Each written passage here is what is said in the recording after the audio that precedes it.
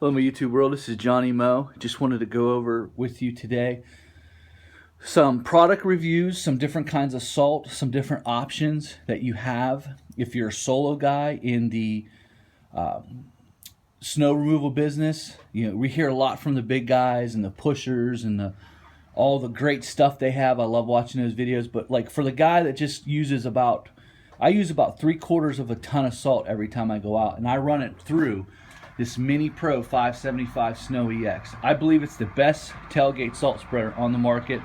Can't say enough about it. I highly suggest it. It is pricey, and I would suggest a few add-ons. That light right there is from Tractor Supply. It is an LED light. You're gonna need that so you can see where the salt's going in the back. Also have a vibrator kit on the back side of this.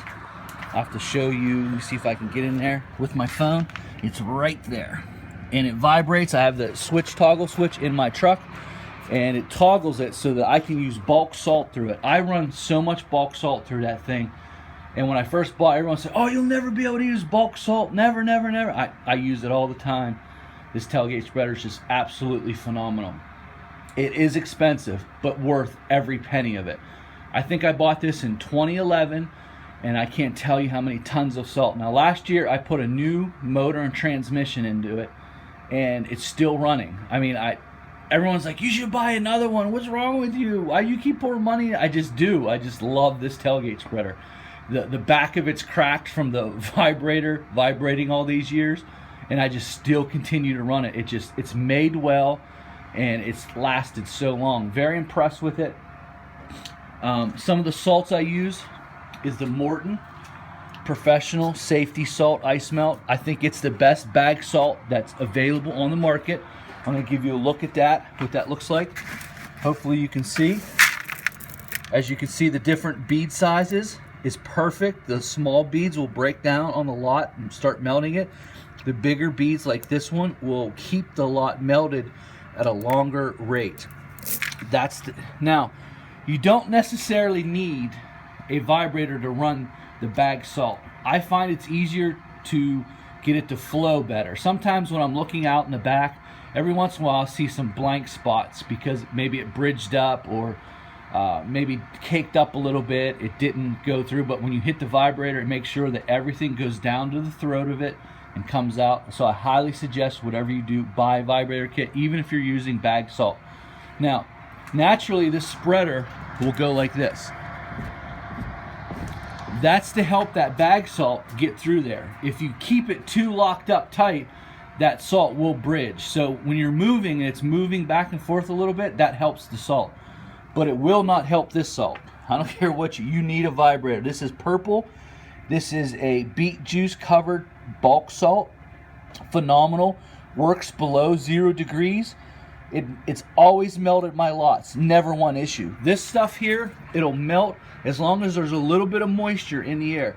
You start getting below 10 degrees, it's hard to get this salt to activate.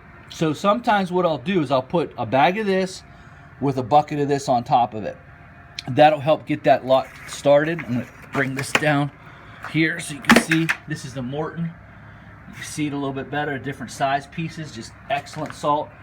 This is the bulk salt treated with beet juice. Just, you can see it's finer. Some bigger pieces that are in there that helps melt a lot. But as soon as this touches the pavement, it's over. This is my favorite salt to use. This is about 100 a ton. This is about $230 a pallet for 2,450 pounds. So that is expensive, but it's easier to store. Look, you can stack it up. I got some in the corner back there. My place is a wreck because we just got out of a 10-day storm, so it was just a mad hustle. You can see my snow blowers, which are Toro 2 cycles with the quick shoot. And that's part of the reason why I'm making this video, is to show you all the stuff I use to as a solo. I'm completely solo. I go out, I take care of 7 parking lots, a handful of driveways, and I take care of a couple churches. But those don't need done unless it's midweek service or Sunday. So having that spreader gives me access to the back at all times, which I need. So if I got any bigger, I would have to use a not a tailgate, but an in bed mount one, and then have to have a loader, then I wouldn't be able to do everything I wanted to do. See, when I show up, I want to do the parking lot, salt the parking lot, do the sidewalks, get the sidewalks done real quick, and then salt the sidewalks. I can't do that. I'd have to have multiple trucks going out. So as a solo provider of snow removal, the couple things that I must keep in mind is, first of all, my opening times. Make sure that I can get all 7 places done responsibly, get there, and be able to do everything out of the one truck. So this truck is making as much money as it possibly can. So what I do is I know exactly how much salt I need for every round. So I'll load that bag salt onto the pallet, and then I'll load this up before I leave. I'll load it up. It can hold, I get about 400 pounds into there, and then I'll put the rest of the salt there, and then I'll put the other bit of salt, like the buckets, I'll put right here. Sometimes I just go all out. Like last week we had a cold spell. It was down there at 8 degrees, so I just used purple salt completely. The bag salt was just a waste, trying to get it to melt. And then I'll put the snow blower, if we have over 2 inches, I'll put it right here. And what's nice is I can open this up. There's a little bit of gap from right there to right there. I'll pick the snow blower up, put it right here, then pick it up and slide it down into here, and then shut the gate. And then I can pull the snow blower out. That way I'm not trying to shovel a lot of snow. This is my favorite little, say there's over 2-3 inches of snow, even 4, 5, 6 inches of snow. This little Bigfoot shovel is the best shovel I've ever used to get wet snow up or deeper snow. Say you're going to go shovel a scoop real fast, like a stoop or a sidewalk where the snowblower can't get to. That's perfect. I mean, that snow shovel right there, it rolls it off, keeps it light. Best snow shovel. This is a Snowcaster snow shovel. It's a 30-inch snow shovel. I like this Snowcaster snow shovel, but as you can see, it's wearing weird. So that means the plastic's not good enough. I will not be buying another one of those. I do like it because it's light and it's 30 inches. I use this right here as one of my favorite snow shovels, right here, the wheeled one. Anything below 2 inches, I will use this on sidewalks, because you just push it one way, you come down the other, push it back the other way. Perfect. Snowcaster just did a great job inventing those. I have a couple of these. I have one right here, one right here.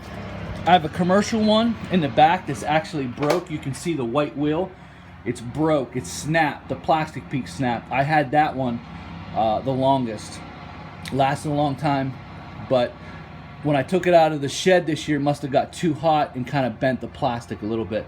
But anything above 2 inches, I try to use these snow blowers.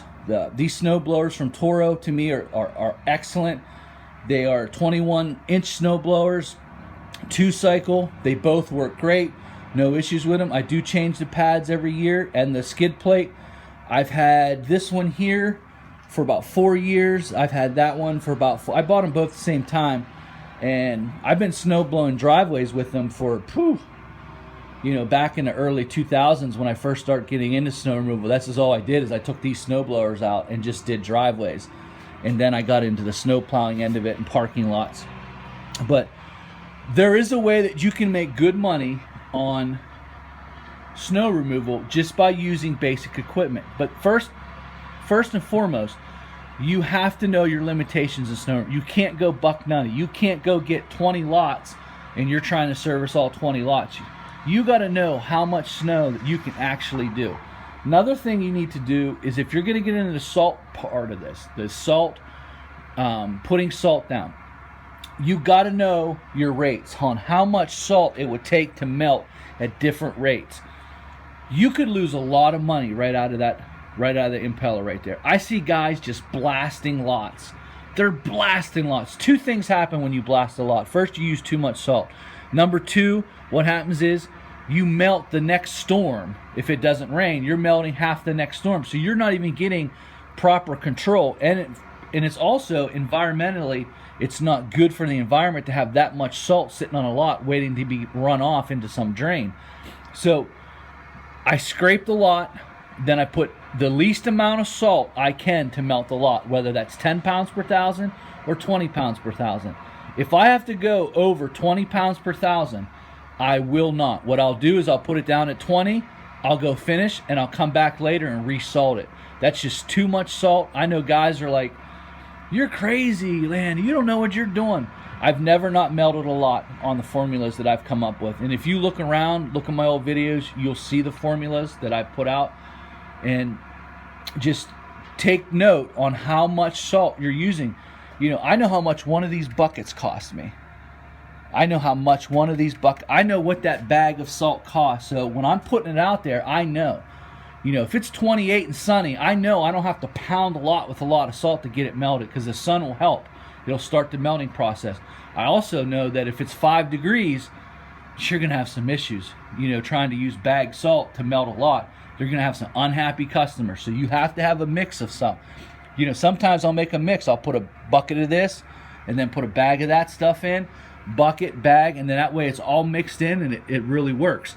Since this is so expensive, you really have to watch, because that's $233 a pallet. This is about $100 per ton. But because it's so hard to store, it's just an issue. There's nowhere to store it. So what I do is I bring it in, I bucket it. I've got all these buckets. I got empty buckets I got to fill tomorrow. I got some being dropped off here. So I got to fill those buckets up. I have to go get another pallet of that salt, because it's just so convenient to have it stacked up. And it's harder to get this and keep it, you know, out of the elements, or storing it, or being able to load it. It's just a pain in the butt. I can get that salt right there and be home within an hour, back in my house, loaded, unloaded, and back in the house. This is a little bit more difficult, you know, unless I can get someone to deliver it to me. I have to sit out here, put the buckets out, shovel it all into the bucket. It's just a little bit more of a pain in the butt, but this salt works better. That's why I like to use it, and I'm willing to, because I'm not doing anything right now. So just a quick review. That's my setup. I use a Snowway plow with wings on them. As you can see here, this is a Snowway plow. Very good for what I'm doing, and I have wings on it. So this is about a 10-foot plow. It's a 7.6 with those wings extended. Very great plow. I like it.